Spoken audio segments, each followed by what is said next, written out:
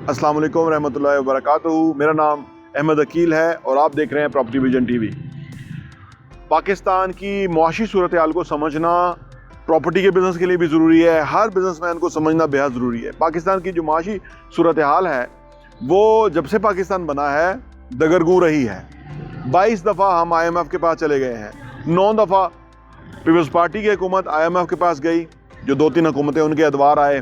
4 دفعہ پاکستان مسلم لیگ نواز کی حکومت IMF کے پاس گئی, اور بیچ میں فوجی حکمران جو آئے وہ بھی IMF کے پاس گئے, اور اب پاکستان تحریک انصاف کو بھی IMF کے پاس جانا پڑا ہے.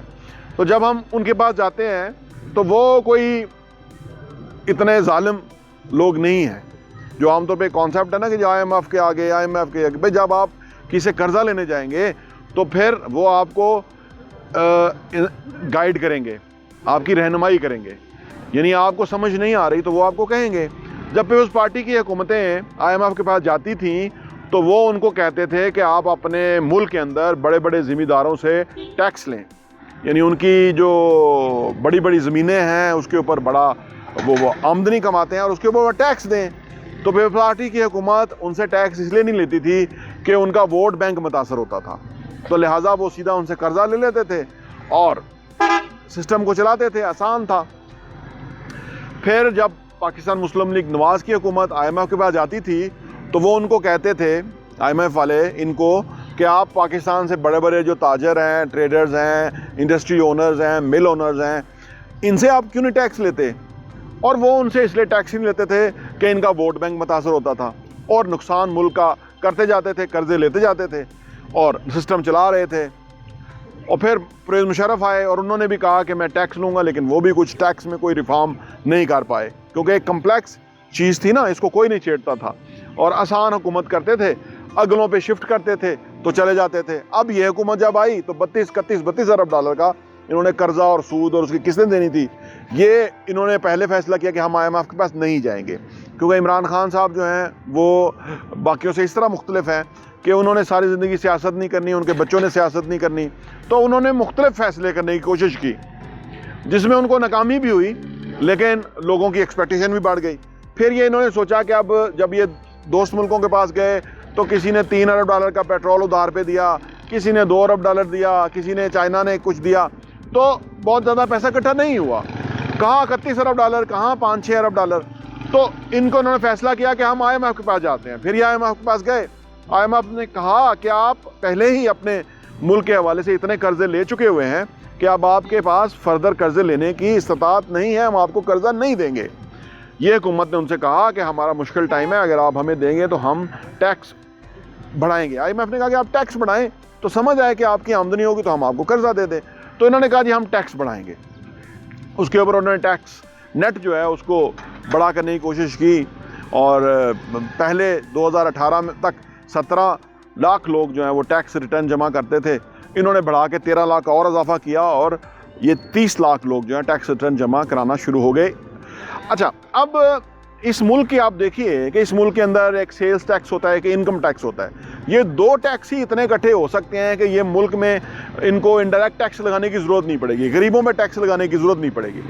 اب آپ دیکھیے کہ جو ہمارا ٹیکس اکٹھا ہوتا ہے اس میں سے 65% وہ ٹیکس ہے کہ جو اکراس دا بورڈ ہر بندہ ٹیکس دے رہا ہے, ریڑھی والا, غریب, مزدور سب دے رہا ہے اور امیر بھی دے رہا ہے, اتنا ہی برابر دے رہا ہے. اور صرف 35% ٹیکس ہے جو ڈائریکٹ ٹیکس ہے, جس میں انکم ٹیکس اور سیلز ٹیکس شامل ہے. حالانکہ ممکن ہے کہ ہم اتنا ٹیکس اکٹھا کر لیں کہ ہمیں وہ انڈائریکٹ ٹیکس لینے کی ضرورت ہی نہ پڑے, لوگوں کو ہم صرف ان کی انکم میں ٹیکس دیں. یعنی انکم میں ٹیکس اس طرح ہے کہ اگر کسی کی آمدنی 50,000 روپے مہینہ یا اس سے زائد ہے تو وہ اپنی انکم کے اوپر ٹیکس دے گا. یہ سمپل فارمولہ ہے. پاکستان میں 18,000 ارب روپے کی جو وہ پروڈکٹ سیل ہوتی ہیں جو کہ ٹیکسیبل ہیں. کتنے کی؟ 18,000 ارب کی. اور اس میں سے ہم صرف 3,500 ارب کی جو پروڈکٹ ہیں اس پہ وہ ٹیکس لے پا رہے ہیں, یعنی یہ 20% بنتا ہے. 80% ہم ٹیکس ہی نہیں لے پا رہے. اب جب کہ IMF نے کہا تھا کہ مزید ٹیکس لگائیں تو انہوں نے تقریباً 2,000 ارب کا ٹیکس چھوٹ دیا ہوا تھا پچھلے بجٹ میں, تو انہوں نے اس میں سے چھوٹ ختم کی ہے جیسے, اور اس کے اوپر بڑا واویلا ہوا ہے کہ جی پتہ نہیں کیا ہو جائے گا. لیکن انہوں نے جو جس چیزوں پہ ٹیکس لگایا ہے اس سے عام آدمی کو کم ہی فرق پڑے گا. جیسے کہ انہوں نے 75